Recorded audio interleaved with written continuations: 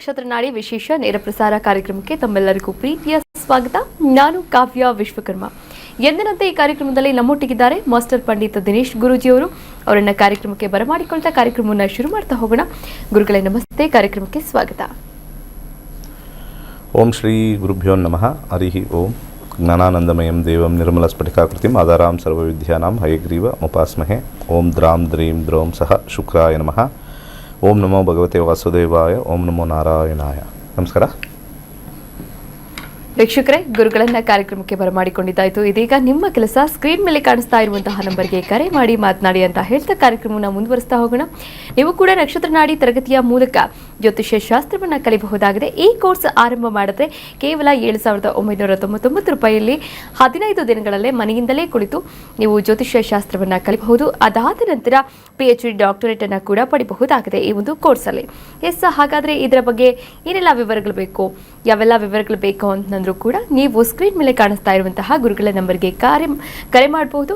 ಹಾಗೆ ಸಂಪೂರ್ಣವಾದಂತಹ ಮಾಹಿತಿಯನ್ನು ಕೂಡ ಪಡೆದುಕೊಳ್ಳಬಹುದಾಗಿದೆ. ಮತ್ಯಾಗ್ತಡ ಬೇಗ ಕರೆ ಮಾಡಿ ಮಾತನಾಡಿ ಅಂತ ಹೇಳ್ತಾ ಕಾರ್ಯಕ್ರಮವನ್ನು ಮುಂದುವರಿಸ್ತಾ ಹೋಗೋಣ. ಹಾಗೆ ಇದೇ ಜುಲೈ 18ನೇ ತಾರೀಕಿನಂದು ಶನಿವಾರ, ಅಂದರೆ ನಾಳೆಯೇ ಒಂದು ಉಚಿತವಾದಂತಹ ಜ್ಯೋತಿಷ್ಯ ಆನ್ಲೈನ್ ಕ್ಲಾಸ್ ಕೂಡ ಇದೆ. ನೀವೆಲ್ಲರೂ ಕೂಡ ರಿಜಿಸ್ಟರ್ ಆಗಿ ಜ್ಯೋತಿಷ್ಯದ ಬಗ್ಗೆ ಸಂಪೂರ್ಣವಾದಂತಹ ಮಾಹಿತಿಯನ್ನು ಪಡೆದುಕೊಂಡು ಆನಂತರ ಆಗಸ್ಟ್ 14ನೇ ತಾರೀಕಿಂದ ಶುರುವಾಗ್ತಾ ಇರುವಂತಹ 114ನೇ ಬ್ಯಾಚ್ಗೆ ರಿಜಿಸ್ಟರ್ ಆಗಬಹುದಾಗಿದೆ. ಮತ್ತೆ ಆಗ್ತಡ ಸ್ಕ್ರೀನ್ ಮೇಲೆ ಕಾಣಿಸ್ತಾ ಇರುವಂತಹ ನಂಬರ್ಗೆ ಕರೆ ಮಾಡಿ ಮಾತನಾಡಿ ಹಾಗೆ ರಿಜಿಸ್ಟರ್ ಆಗಿ ಜ್ಯೋತಿಷ್ಯವನ್ನು ಕಲಿತು ನಿಮ್ಮ ಜೀವನದ ಜೊತೆಗೆ ನಿಮ್ಮವರ ಜೀವನವನ್ನು ಕೂಡ ರೂಪಿಸ್ಕೊಳ್ಳಿ ಅಂತ ಹೇಳ್ತಾ ಕಾರ್ಯಕ್ರಮನ ಮುಂದುವರಿಸ್ತಾ ಹೋಗೋಣ. ಕರೆ ಮಾಡಿ ಮಾತನಾಡಿ. ಇವತ್ತಿನ ಸಂಚಿಕೆಯಲ್ಲಿ ಗುರುಗಳಿದ್ದಾರೆ. ಗುರುಗಳು ಕೂಡ ಒಂದಷ್ಟು ವಿಷಯಗಳ ಬಗ್ಗೆ ಮಾತನಾಡ್ತಾ ಹೋಗ್ತಾರೆ.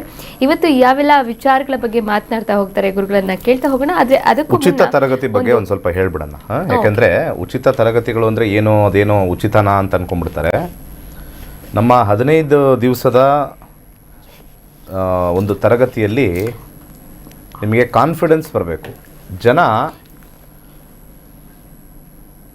ಯಾವುದೋ ಗೊತ್ತಿಲ್ಲದೆ ಇರೋದಕ್ಕೆಲ್ಲ ಲಕ್ಷಗಟ್ಟಲೆ ಕೊಟ್ಟು ಹಾಳು ಮಾಡ್ಕೋತಾರೆ. ಆದರೆ ಬಹಳ ಇಂಪಾರ್ಟೆಂಟ್ ಆಗಿರ್ತಕ್ಕಂಥ ಒಂದು ವಿಚಾರ ಏನು ಅಂತಂದರೆ, ಈ 7,999ಕ್ಕೆ ನಾವು ಕಲಿತೀವ, 15 ದಿವಸದಲ್ಲಿ ನಾವು ಕಲಿಯೋಕ್ಕೆ ಸಾಧ್ಯನಾ? ಎಲ್ಲೆಲ್ಲ ಯಾರೋ ಜ್ಯೋತಿಷಿಗಳು ಕೆಲವರೆಲ್ಲ ಹೇಳ್ತಾರೆ ನಾವು 10 ವರ್ಷದಿಂದ ಮಾಡ್ಕೊಂಬಂದಿದ್ದೀವಿ, ಆದರೂ ಸ್ವಲ್ಪ ನಂಬಿಕೆ ಅನ್ನೋದು ಸ್ವಲ್ಪ ಕಷ್ಟ. ಯಾವಾಗಲೂ ಕೂಡ ಚಿನ್ನನೇ ಜಾಸ್ತಿ ಟೆಸ್ಟ್ ಮಾಡೋದು, ಕಬ್ಬಣನ ಟೆಸ್ಟ್ ಮಾಡಲ್ಲ ಯಾರು. ಕರೆಕ್ಟಾ? ಯಾವುದು ಗೇಜು ಏನು ಅಂತ ಸುಮ್ಮನೆ ಹಾಕ್ತಾರೆ ಬಿಲ್ಡಿಂಗಿಗೆ.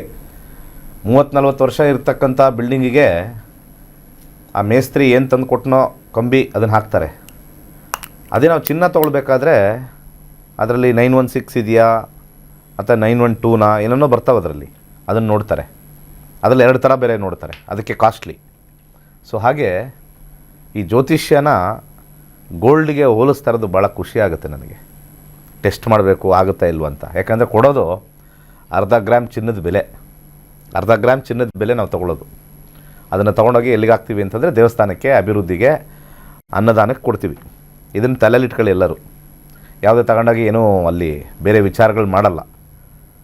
ಕೆಲವು ಖರ್ಚು ವೆಚ್ಚಗಳನ್ನೆಲ್ಲ ತೆಗೆದು ಉಳಿದಿರ್ತಕ್ಕಂಥದ್ದೆಲ್ಲ ದೇವಸ್ಥಾನಕ್ಕೆ ಹಾಗೆ ಅನೇಕ ಕಾರ್ಯಕ್ರಮಗಳಿಗೆ ಹಾಕ್ತಾ ಇರ್ತೀವಿ. ಅನೇಕ ಜ್ಯೋತಿಷಿಗಳು ಅಥವಾ ಟೀಚರ್ಸ್ಗಳಿರ್ಬೋದು, ಫೀಸ್ ತಗೋಬೋದು, ಬಟ್ ಅದರದಕ್ಕೆ ಏನು ಮಾಡಿಕೊಂಡ್ರೂ ಅದು ವೈಯಕ್ತಿಕ, ಅದು ನಾವೇನು ಹೇಳಕ್ಕೆ ಬರಲ್ಲ. ಆದರೆ ನಾನು ಪಬ್ಲಿಕ್ಕಾಗಿ ಹೇಳ್ತಕ್ಕಂಥದ್ದು ಏನು ವಿಚಾರ ಅಂತಂದರೆ, ನಾವು ಇದನ್ನು ಮತ್ತೆ ಪಬ್ಲಿಕ್ಕಿಗೆ, ಸಾರ್ವಜನಿಕರಿಗೆ ಉಪಯೋಗ ಆಗೋಕ್ಕೆ ಸರ್ಕ್ಯುಲೇಟ್ ಮಾಡ್ತೀವಿ. ಫ್ರೀಯಾಗಿ ಹೇಳ್ಬೋದಲ್ಲ? ಖಂಡಿತ ಫ್ರೀಯಾಗಿ ಹೇಳ್ಬೋದು, ತೊಂದರೆ ಏನಿಲ್ಲ. ಫ್ರೀಯಾಗಿ ಹೇಳಿದಾಗ ಈ ಫ್ರೀ ಕ್ಲಾಸ್ಗೆ ನಮಗೆ ಒಂದು 300 ಜನ ವಾಟ್ಸಪ್ ಗ್ರೂಪಲ್ಲಿ ಜಾಯ್ನ್ ಆಗಿರ್ತಾರೆ. Free class. ಆ 300 ಜನದಲ್ಲಿ ಆ 7:30ಗೆ ಬಂದು ಕೂತ್ಕೊಂಡಾಗ ನಾನು ನೋಡಿದ್ದೀನಿ, ಇದನ್ನು ಎಲ್ಲರೂ ತಿಳ್ಕೊಳ್ಳಿ, ಅವಾಗ ಅರ್ಥ ಆಗುತ್ತೆ. ಆ 300 ಜನ ಸೇರ್ಕೊಂಡಿದ್ದಾರೆ ಈಗ ಗ್ರೂಪಲ್ಲಿ, ನಾನು ಕ್ಲಾಸಿಗೆ ಬರ್ತೀನಿ ಅಂತ. ಅದರಲ್ಲಿ ಸೀರಿಯಸ್ಸಾಗಿ ಕೂತ್ಕೊಳ್ಳೋದೇ 100 ಜನ, ಇನ್ನು 200 ಜನ ಕೂತ್ಕೊಳ್ಳಲ್ಲ. ಆ 200 ಜನಕ್ಕೆ ಕಾಲ್ ಮಾಡಿದ್ರೆ, ಇಲ್ಲ ನನಗೇನೋ ಯಾರೋ ಬಂದಿದ್ದರು, ಹೋಗಿದ್ದೆ, ಅಯ್ಯೋ ಮರ್ತೋಯ್ತಾ, ನೆಕ್ಸ್ಟ್ ಟೈಮ್ ಯಾವಾಗಿದೆಯಾ ಹೇಳಿ ಅಂತ ಹೇಳ್ತಾರೆ. ಆಯ್ತಪ್ಪ ನೆಕ್ಸ್ಟ್ ಸ್ಯಾಟರ್ಡೇ ಇದೆ ಬನ್ನಿ ಅಂತ ಕರೆದಾಗ ಮತ್ತೆ ಇನ್ನೊಂದು ನೆಪ, ಇಲ್ಲ ಆಗಲಿಲ್ಲ ಮುಂದಿನ ಸತಿ ಗ್ಯಾರಂಟಿ ಮಾಡ್ತೀನಿ ಅಂತಾರೆ. ನಮ್ಗೆ ಗೊತ್ತಿಲ್ಲದಂಗೆ ಮೆತ್ತಿಗೆ ಎಕ್ಸಿಟ್ ಆಗಿಬಿಡ್ತಾರೆ. ಸೊ ಇಲ್ಲಿ ಭಾಳ ಇಂಪಾರ್ಟೆಂಟ್ ಪಾಯಿಂಟು ಫ್ರೀ ಪಾಯಿಂಟ್ ಅಲ್ಲ. ಸೀರಿಯಸ್ನೆಸ್ ಬರೋದೇ ನನ್ನ ದುಡ್ಡು ಕೊಟ್ಟಾಗ. ಒಂದು ಫ್ರೀ ಮೊಬೈಲ್ ತಗೊಳ್ತೀವಿ, ಕೊಡ್ತಾರೆ ಯಾರೋ ಒಂದು ರೋಡಲ್ಲಿ ಸಿಗುತ್ತೆ, 10,000 ರೂಪಾಯಿದು ಮೊಬೈಲ್ ತಗೊಳ್ಳಿ ಫ್ರೀ ಅಂತ, ನೋಡ್ತೀವಿ, ಉಪಯೋಗಿಸ್ತೀವಿ, ವರ್ಕ್ ಆಗಿಲ್ವಾ ಬಿಸಾಕ್ತೀವಿ. ದುಡ್ಡು ಕೊಟ್ಟರೆ ಹೋಗ್ಬಿಟ್ಟು ಕೇಳ್ತೀವಿ, ಇದು ಯಾಕೆ ಕೆಲಸ ಮಾಡ್ತಾ ಎಲ್ಲ ರೆಡಿ ಮಾಡಿಕೊಡು ನಾನು ಉಪಯೋಗಿಸ್ಬೇಕು ಅಂತ. ಇದೇ ಮೊಬೈಲ್ ನಾವು ಒಂದು 50,000 60,000 ಕೊಟ್ಟು ತಗೊಂಡಿದ್ದಾಗ ಇದಕ್ಕೆಲ್ಲ ಕವರ್ ಹಾಕ್ತೀವಿ, ಸ್ಕ್ರೀನ್ ಗಾರ್ಡ್ ಹಾಕ್ತೀವಿ, ಬೀಳ್ದಂಗೆ ನೋಡ್ಕೋತೀವಿ ಎಲ್ಲೆಲ್ಲಿ ಅಂತ ಇಟ್ಕೊಂಡು, ಯಾಕೆ ಬಿದ್ದರೆ ಹೋಗ್ಬಿಡುತ್ತೆ ಅಂತ ಹಿಂಗೆ ಕೈ ಜೋಪಾನವಾಗಿ ಇಟ್ಕೊಂಡಿರ್ತೀವಿ, ಕಾಸು ಕೊಟ್ಟಿದ್ದೀವಿ ಅಂತ. ಅದೇ ನಿಮಗೆ ಫ್ರೀಯಾಗಿ ಒಂದು 2-3 ಮೊಬೈಲ್ ಕೊಟ್ಬಿಟ್ರೆ ಹೆಂಗೆ ಬೇಕಾದ್ರೆ ಹಿಂಗೆ ಜಾರ್ತೀರ, ಬಿತ್ತಂದರೆ ಇನ್ನೊಂದು ತಗೊಳ್ಳೋಣ ಬಿಡು. ಫ್ರೀಗೆ ಇದೇ ಕಾರಣದಿಂದ ಬೆಲೆ ಇಲ್ಲ. ಹೇಳ್ಕೊಡ್ತಕ್ಕಂಥ ಶಾಸ್ತ್ರದಲ್ಲೂ ಕೂಡ ನಾವು ಫ್ರೀಯಾಗಿ ಹೇಳ್ಕೊಟ್ರೆ ನೀವು ಬೆಲೆ ಕೊಡೋಲ್ಲ. ನೀವು ಅರ್ಥ ಮಾಡ್ಕೊಳ್ಳಿ, ನೀವು ಬೆಲೆಗಳು ಕೊಡೋಲ್ಲ. ಹಂಗನ್ಬಿಟ್ಟು ನಾವೇನು 1,000 ರೂಪಾಯಿ ಇಟ್ಟಿಲ್ಲ. ಕರೆಕ್ಟಾಗಿ ಅದು ಜಾಸ್ತಿನೂ ಆಗಬಾರ್ದು, ಕಮ್ಮಿನೂ ಅನ್ನಿಸ್ಬಾರ್ದು, ಪರ್ಫೆಕ್ಟಾಗಿಟ್ಟು ಕಲಿತಾಗ ಆ ಸೀರಿಯಸ್ನೆಸ್ ಬರುತ್ತೆ. ಆ ದುಡ್ಡು ಕೊಟ್ಟಿದ್ದೀವಲ್ಲ ಅಂತ ಕುತ್ಕೊಳ್ತೀರ ನೀವು, ಪ್ರತಿ ದಿವಸ ಕುತ್ಕೊಳ್ತೀರ ಕ್ಲಾಸಲ್ಲಿ, ದುಡ್ಡು ಕೊಟ್ಟಿದ್ದೀನಿ ಕುತ್ಕೋಬೇಕು, ಆಮೇಲೆ ಹೋಗ್ಬಿಟ್ರೆ ದುಡ್ಡು ಹೋಗ್ಬಿಟ್ರೆ ಮತ್ತೆ ಪಾಠ ಹೋಗ್ಬಿಟ್ರೆ ನನ್ನ ದುಡ್ಡು ವೇಸ್ಟ್ ಆಗುತ್ತೆ. ಜನಗಳ ಮೈಂಡ್ ಇರೋದೇ ಹಿಂಗೆ. ಆ ಸೈಕಾಲಜಿಕಲ್ ಬಿಹೇವಿಯರ್ ಮೇಲೇ ನಾವು ಫೀಸ್ ಇಡೋದು. ಸ್ವಲ್ಪ ಈ 3rd ಕ್ಲಾಸ್ ಅವರು ಎಲ್ಲ ಕಮೆಂಟ್ಗಳು ಹಾಕ್ತಾರೆ, ಜ್ಯೋತಿಷ್ಯದಲ್ಲಿ ದುಡ್ಡು ಮಾಡ್ತಾರೆ, ಅದು ಮಾಡ್ತಾರೆ, ಇದು ಮಾಡ್ತಾರೆ ಅಂತ. ಯಾರು ದುಡ್ಡು ಮಾಡ್ತಾಯಿಲ್ಲ. ಅಲ್ಲಿ ಯಾವುದೋ ಬಿಡದಿ ಟೌನ್ಶಿಪ್ಪಲ್ಲಿ ಜಮೀನುಗಳನ್ನೇ ಕೊಡಿ ನಾವು ಟೌನ್ಶಿಪ್ ಮಾಡ್ತೀವಿ ಅಂತ ಕಾಸುಗಳು ಬಿಸಾಕ್ತಾ ಇಲ್ವಾ? ಏನು ಫ್ರೀಯಾಗಿ ಮಾಡ್ತಾ ಇದ್ದಾರೆ? ಪೆಟ್ರೋಲ್ ತಗೊಳ್ಬೇಕು ಅಂತಂದರೆ ಅದೆಲ್ಲೋ ಕೊಲ್ಲಿ ರಾಷ್ಟ್ರದಿಂದ ಬರುತ್ತೆ, ಅದನ್ನು ದುಡ್ಡು ಕೊಟ್ಟೆ ತಗೊಳ್ಳೋದು. ಅಕ್ಕಿ ಅನ್ನ ಬೆಳೆಯೋದು ನಾವು ದುಡ್ಡು ಕೊಟ್ಟೆ, ಭತ್ತ ಬೆಳೆಯೋದು ಕೂಡ ದುಡ್ಡು ಕೊಟ್ಟೆ ತಗೋಬೇಕು, ಎಲ್ಲನೂ ದುಡ್ಡು ಕೊಟ್ಟೆ ತಗೋಬೇಕು, ಯಾವುದೂ ಇಲ್ಲ. ಯಾಕೆಂದರೆ ಇನ್ನೊಬ್ಬರ ಶ್ರಮ, ಅದಕ್ಕೆ ನಾವು ಬೆಲೆ ಕೊಡಬೇಕಾಗತ್ತೆ. ಭತ್ತ ಬೆಳೆಯೋನು ಯಾಕೆ ಫ್ರೀ ಕೊಡ್ಬೇಕು ನಿಮಗೆ? ಅವ್ನು ಕಷ್ಟಪಟ್ಟು ಅಲ್ಲಿ ಬೆಳೆ ಬೆಳೆದಿರ್ತಾನೆ, ಮಾರ್ತಾನೆ, ಅದಕ್ಕೆ ದುಡ್ಡು ಬರುತ್ತೆ, ಆ ದುಡ್ಡಿಂದ ಬೇರೆ ಏನೇನೋ ಪದಾರ್ಥಗಳು ತೊಗೊಳ್ತಾನೆ. ಅವನು ಯಾಕೆ ಫ್ರೀ ಕೊಡ್ಬೇಕು ನಿಮಗೆ? ಒಂದು ಪಾಠ ಹೇಳ್ಕೊಡ್ತಿರ್ತಕ್ಕಂಥ ಟೀಚರ್ಸ್ಗಳು ಜ್ಞಾನವನ್ನು ಕೊಡ್ತಾರೆ, ಆ ಜ್ಞಾನದಿಂದ ನಿಮಗೆ ಲಾಭ ಆಗುತ್ತೆ. ಆ ಲಾಭದಿಂದ ನೀವು ಹೋಗ್ಬಿಟ್ಟೆಲ್ಲೋ ವೃತ್ತಿ ಮಾಡ್ತಿರೋ, ಕೆಲಸ ಮಾಡ್ತಿರೋ, ಉಪಯೋಗಕ್ಕೆ ಬರುತ್ತೆ. ಹಾಗೆ ಜ್ಯೋತಿಷ್ಯನೂ ಉಪಯೋಗಕ್ಕೆ ಬರುತ್ತೆ ತುಂಬ. ಜ್ಯೋತಿಷ್ಯ ಶಾಸ್ತ್ರದಲ್ಲಿ ಆಷಾಢ ಮಾಸ ಸ್ಟಾರ್ಟ್ ಆಗಿದೆ ಈಗ. ಎಲ್ಲ ದೇವಸ್ಥಾನಕ್ಕೆ ಓಡೋಗ್ತಾ ಇದ್ದಾರೆ ಒಳ್ಳೇದಾಗಲಿ ಅಂತ. ಅಂದರೆ ಅಲ್ಲಿ ನಂಬಿಕೆ ಇದೆ ಅಲ್ವಾ, ದೇವರು ಅನ್ನೋ ನಂಬಿಕೆ ಇದೆ, ಭಾಳ ಒಳ್ಳೆಯದು, ಖುಷಿಯಾಯಿತು. ಆದರೆ ಕಷ್ಟ ಏನಾದ್ರು ಸರೋಗಿಲ್ಲ ಅಂತಂದರೆ, ಕಷ್ಟ ಸರೋಗಿಲ್ಲ ಅಂತಂದಾಗ ಆವಾಗ ದೇವ್ರನ್ನ ದೂಷಿಸ್ತೀರಾ? ಆವಾಗ ನೀವು ವಾಪಸ್ ಎಲ್ಲಿಗೆ ಬರಬೇಕು ಅಂದರೆ ನಿಮ್ಮ ಕರ್ಮಫಲಕ್ಕೆ ಬರಬೇಕಾಗತ್ತೆ. ಆ ವಾಪಸ್ ಕರ್ಮಫಲನೇ ಜ್ಯೋತಿಷ್ಯ. ಜ್ಯೋತಿಷ್ಯ ನಿಮಗೆ ತೋರಿಸ್ಕೊಡುತ್ತೆ ನಿಮ್ಮ ಕರ್ಮ ಹೇಗಿದೆ ಅಂತ. ದೇವರ ಆಶೀರ್ವಾದ ಮಾಡ್ತಾನೆ ಅಷ್ಟೇ, ನಿಮ್ಮ ಕರ್ಮನ ಬದಲಾಯಿಸಲ್ಲ. ದೇವ್ರಿಗೆ ಇಟ್ಕೊಂಡಿರ್ತಾನೆ. ಹಿಂಗೆ ಇಟ್ಕೊಂಡ್ರೆ ಅರ್ಥ ಏನು ಅಂತಂದರೆ ಸಮಾಧಾನವಾಗಿರುವಂಥ ಅರ್ಥ. ಇದು ಆಶೀರ್ವಾದ ಅಲ್ಲ, ಇದು ತಡಿ ನಿನ್ನ ಟೈಮ್ ಬಂದಾಗ ಕೊಡ್ತೀನಿ ತಡ್ಕೊ ಅಂತ ಕೊಟ್ಟಿರೋದು. ಇದು ಆಶೀರ್ವಾದ ಅಲ್ಲ. ಜನ ಆಶೀರ್ವಾದ ಅಂತ ತಿಳ್ಕೊಂಡಿದ್ದಾರೆ. ದೇವ್ರು ಯಾವತ್ತೂ ಕೂಡ ಆಶೀರ್ವಾದ ಮಾಡೋದಿಲ್ಲ. ತಡಿ, ಅದೇ ಆಶೀರ್ವಾದ. ವೆಯ್ಟ್ ಮಾಡು, ಮತ್ತೆ ಹೋಗಿ ಕೇಳು, ವೆಯ್ಟ್ ಮಾಡು. ಮೋಸ್ಟ್ಲಿ ಈ ಜನ್ಮದಲ್ಲೂ ಇಲ್ಲದೆ ಇರ್ಬೋದು, ಮುಂದಿನ ಜನ್ಮಕ್ಕೆ ಬಾ ಅಂತ ಹಿಂಗೆ ಅಂದಿರ್ಬೋದು ಅಲ್ವಾ? ಹಿಂಗೆ ಅಂದಿರೋದು ಈ ಜನ್ಮಕ್ಕೆ ಅಲ್ಲ, ಮುಂದಿನ ಜನ್ಮಕ್ಕೂ ಇರ್ಬೋದು. ವೆಯ್ಟ್ ಮಾಡು, ಮದುವೆ ವಿಚಾರ ಇರ್ಬೋದು. ಅದಕ್ಕೆ ಈ ಜನ್ಮದ ಕರ್ಮ ತಿಳ್ಕೊಬೇಕು ಅಂತನಕ್ಕೆ ನಮ್ಮ ಋಷಿಮುನಿಗಳು ದೇವರಿಗೆ ಸವಾಲು ಹಾಕಿದ್ದಾರೆ. ದೇವರಿಗೆ ಸವಾಲು ಹಾಕ್ಬಿಟ್ರು. ಹಿಂಗೆ ಮಾಡಿದ್ರೆ ಹೆಂಗೆ, ನೀನು ಸುಮ್ಮನೆ ಹಿಂಗೆ ಅಂದರೆ ಹೆಂಗೆ, ನಮ್ಗೆ ಗೊತ್ತಾಗಬೇಕು. ತಡ್ಕ ಅಂದರೆ ಎಷ್ಟು ತಡ್ಕೊಳ್ಳೋಣ ನಾವು? ನಾನು ಅದನ್ನು ರಿವೀಲ್ ಮಾಡೋಕ್ಕಾಗಲ್ಲ, ಆ ಗುಟ್ಟನ್ನು ರಟ್ ಮಾಡೋಕ್ಕಾಗಲ್ಲ. ಅವ್ರವ್ರ ಕರ್ಮ ಹಿಂದಿನ ಜನ್ಮದ, ಅದು ನಾನು ರೂಲ್ ಮಾಡ್ಕೊಂಬಿಟ್ಟಿದ್ದೀನಿ. ಏನು ಮಾಡೋದು? ಸರಿ, ಒಂದು ಸೈಂಟಿಫಿಕ್ಕಾಗಿ ಒಂದು ವಿಚಾರವನ್ನು ಕೊಡ್ತೀನಿ. ಇದೆಲ್ಲ ಇನ್ಫಾರ್ಮೇಷನ್ ನಾನು ಗ್ರಹಗಳಲ್ಲಿ ಇಟ್ಟಿದ್ದೀನಿ, ಗ್ರಹಗಳ ಹತ್ರ ಇನ್ಫಾರ್ಮೇಷನ್ ಇದೆ. ಬೇಕಾದ್ರೆ ಅವ್ರ ಹತ್ರ ಇಸ್ಕೊಳ್ಳಿ. ಅವ್ರ ಹತ್ರ ಹೋಗಿ ಕೇಳಿದ್ರೆ ಗೊತ್ತಿಲ್ಲ. ನಾವು ಯಾಕೆ ಕೇಳಬೇಕು? ರೂಲ್ ಪ್ರಕಾರ ಇಲ್ಲ. ನಾವು ಗ್ರಹಗಳು ಹೇಳಂಗಿಲ್ಲ ರೂಲ್ ಪ್ರಕಾರ. ನಿಮ್ಮ ಮದುವೆ ಯಾವಾಗುತ್ತೆ ಅದು ನಮ್ಗೆ ಗೊತ್ತು, ನಾವು ಮಾಡಿಸ್ತೀವಿ. ನೀವು ಸುಮ್ಮನೆ ಕೂತ್ಕೋಬೇಕು. ನೀವು ಸುಮ್ಮನೆ ಕಾರ್ಯ ಮಾಡ್ತಾಯಿರಿ. ಮಾಡೋದು ಬಿಡೋದು ನಮಗೆ ಬಿಡಿ. ಅರ್ಥ ಮಾಡ್ಕೊಳ್ಳಿ ಗ್ರಹಗಳದ್ದು ಇದು ವಿಚಾರ. ಹಾಗೆ ಇದನ್ನು ಡೀಪಾಗಿ ನಮ್ಮ ಋಷಿಮುನಿಗಳು ಅಧ್ಯಯನ ಮಾಡಿ ಇದಕ್ಕೇನಾರು ಕಂಡುಹಿಡಬೇಕು ಅಂತ ಹೇಳಿ ಅವರ ಬಿಹೇವಿಯರಲ್ಲಿ, ಅವರ ನಡವಳಿಕೆಯಲ್ಲಿ ಅಪ್ಲೈ ಮಾಡಿಕೊಂಡ್ರು. ಈ ಗ್ರಹ ಇಲ್ಲಿ ಬಂದಾಗ ಇವ್ನಿಗೆ ಹಿಂಗಾಯಿತು, 10 ಜನದ್ದು ನೋಡಿದೆ ಹಿಂಗಾಯಿತು, ಇನ್ನು 100 ಜನದ್ದು ಈ ಗ್ರಹ ಹಿಂಗಿದೆ ಹಿಂಗಾಯಿತು. ಇದರಿಂದ ಗ್ರಹಗಳ ಬಿಹೇವಿಯರ್ ಎಲ್ಲೆಲ್ಲಿದ್ದಾಗ ಮನುಷ್ಯನಿಗೆ ಕರ್ಮಫಲದಿಂದ ಏನೇನಾಗುತ್ತೆ ಅಂತ ಹೇಳಿ ಪರಂಪರೆಯಿಂದ ಬಂದಿರತಕ್ಕಂಥ ಇನ್ಫಾರ್ಮೇಷನ್ನು ಪಾಸ್ ಮಾಡಿದ್ರು. ಆ ಇನ್ಫಾರ್ಮೇಷನ್ ನನ್ನ ಗುರುಗಳಿಂದ ನಾನು ಕಲಿತೆ. ನನ್ನ ಗುರುಗಳಿಂದ ಕಲ್ತಿರ್ತಕ್ಕಂಥದ್ದನ್ನು ಸ್ವಲ್ಪ ಅಳವಡಿಸ್ಕೊಂಡು ಒಂದು ಒಳ್ಳೆ ಆ್ಯಪ್ ಮಾಡಿ ನಿಮಗೆ ಆ ಆ್ಯಪನ್ನು ಊರಿಗೆಲ್ಲ ಹಂಚಿ ನಿಮ್ಮ ಕರ್ಮಗಳನ್ನ ನೋಡ್ಕೊಳ್ಳಿ, ಆಗುತ್ತೋ ಇಲ್ವೋ ಕೆಲಸಗಳು ಕಾರ್ಯಗಳು ಅಂಥೇಳಿ ಜ್ಯೋತಿಷ್ಯ ಶಾಸ್ತ್ರ ಬಂದಿರೋದು.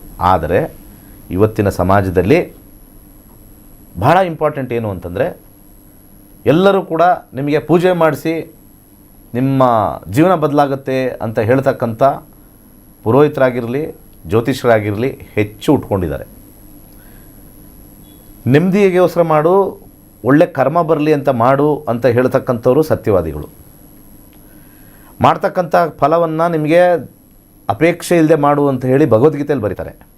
ಇಲ್ಲಿ ನೋಡ್ರೆ ನೀವು ಪೂಜೆ ಮಾಡಿದ್ರೆ ನಿಮಗೆ ಭಗವದ್ಗೀತೆಯಲ್ಲಿ ಬರೆದಿರೋದೊಂದು, ಇಲ್ಲಿ ಅಸ್ಟ್ರಾಲಜರು ಬೇರೆ ಪೂಜೆ ಮಾಡಿಸಿ ಮಾಡ್ತಕ್ಕಂಥ ಈ ಪುರೋಹಿತರು ಹೇಳ್ತಕ್ಕಂಥದ್ದು ಇನ್ನೊಂದು. ಎರಡಕ್ಕೂ ತಾಳನೇ ಆಗಲ್ಲ. ಪೂಜೆ ಮಾಡಿಸ್ಬೇಕು ಅಂತ ಹೇಳಲೇಬೇಕು, ನಾನು ಇಲ್ಲ ಅಂತ ಹೇಳ್ತಾ ಇಲ್ಲ. ನೆಮ್ಮದಿ ಬರುತ್ತೆ, ಶಾಂತವಾಗಿರ್ತೀವಿ.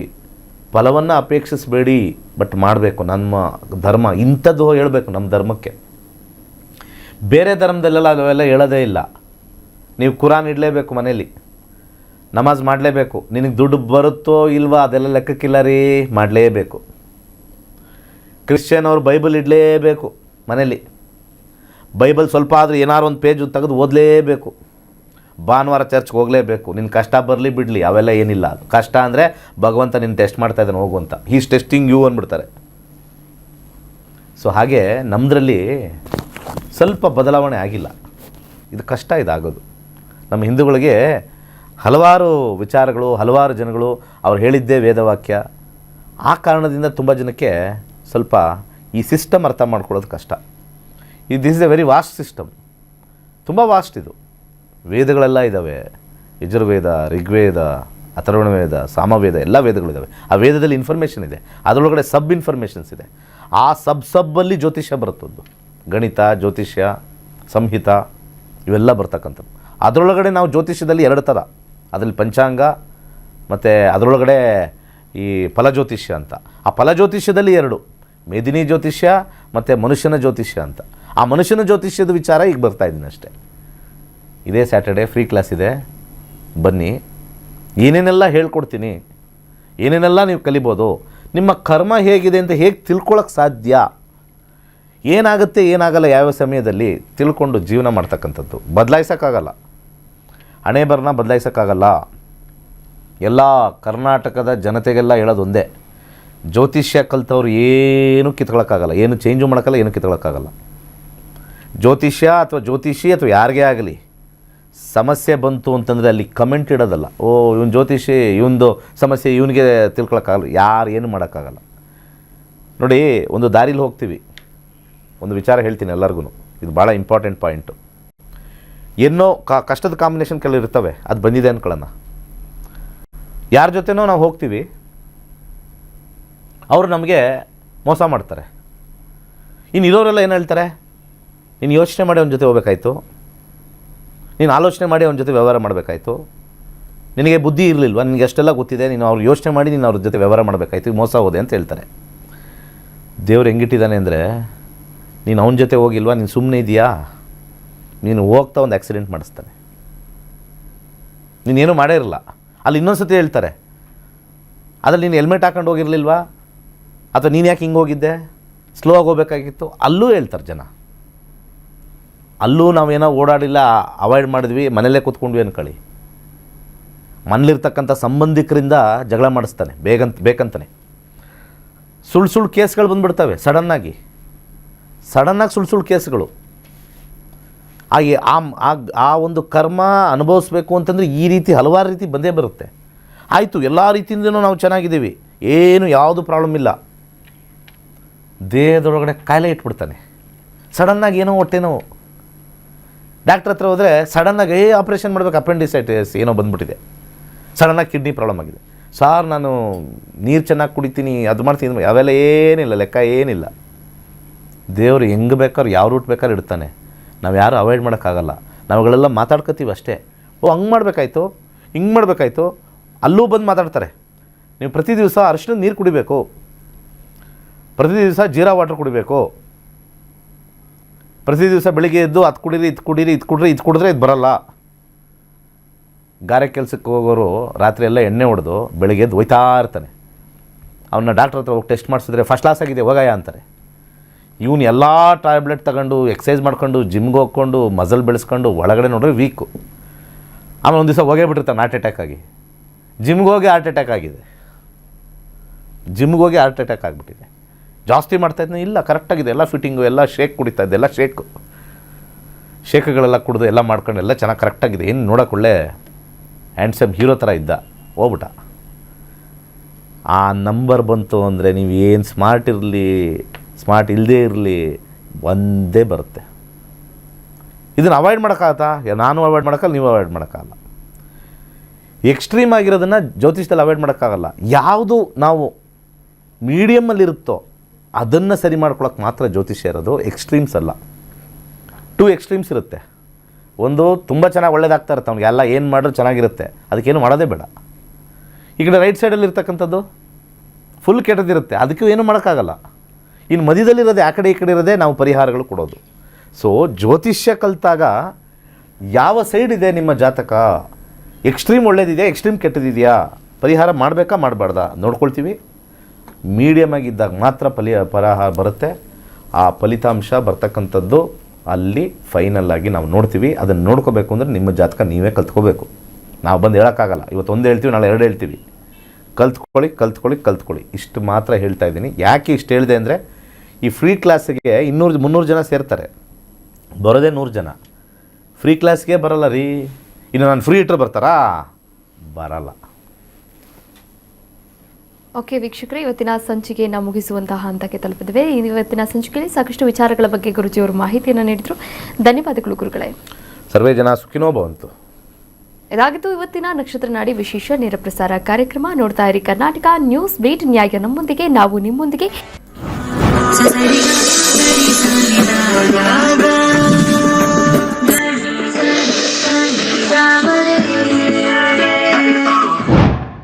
ನಕ್ಷತ್ರ ನಡಿ ಜ್ಯೋತಿಷ್ಯ ತರಗತಿ 114ನೇ ಬ್ಯಾಚ್. ಪಂಡಿತ್ ದಿನೇಶ್ ಗುರೂಜಿ ರವರೊಂದಿಗೆ ನಕ್ಷತ್ರ ನಡಿ ಜ್ಯೋತಿಷ್ಯದ ಶಕ್ತಿಶಾಲಿ ವಿಜ್ಞಾನದಲ್ಲಿ ನಿಮ್ಮ ಪ್ರಯಾಣವನ್ನು ಆರಂಭಿಸಿ. ಈ ಕೋರ್ಸ್ ಆರಂಭಿಕರಿಗೆ ಮಾತ್ರವಲ್ಲದೆ ಜ್ಯೋತಿಷ್ಯದ ಜ್ಞಾನವನ್ನು ಆಳವಾಗಿ ಅರಿತು ಜೀವನದಲ್ಲಿ ಅನ್ವಯಿಸಲು ಬಯಸುವ ಎಲ್ಲರಿಗೂ ಸೂಕ್ತವಾಗಿದೆ.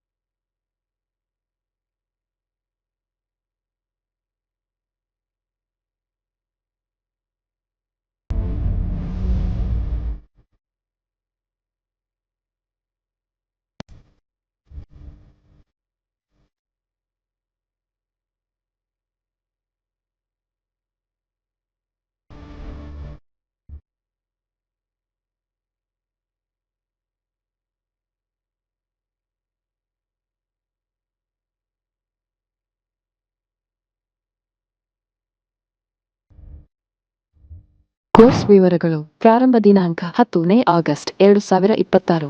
ಕೋರ್ಸ್ ಶುಲ್ಕ 7,999 ಮಾತ್ರ. ನೀವು ಪಡೆಯುವವು 15 ಲೈವ್ ಇಂಟರಾಕ್ಟಿವ್ ತರಗತಿಗಳು, ಉಚಿತ 3 ತಿಂಗಳ ಪ್ರವೇಶ, ಅಧ್ಯಯನ ಸಾಮಗ್ರಿಗಳು, ಉಚಿತ ಪ್ರಮಾಣ ಪತ್ರ. ತರಗತಿ ಸಮಯಗಳು: ಬೆಳಗ್ಗೆ 11 ರಿಂದ 12:30, ಸಂಜೆ 7:30 ರಿಂದ 9. ಹಿಂದೆ ನಕ್ಷತ್ರ ನಾಡಿ ಜ್ಯೋತಿಷ್ಯ ಕೋರ್ಸ್ಗೆ ಸೇರಿ ಮತ್ತು ನಿಮ್ಮ ಜೀವನವನ್ನು ರೂಪಾಂತರಗೊಳಿಸಿ.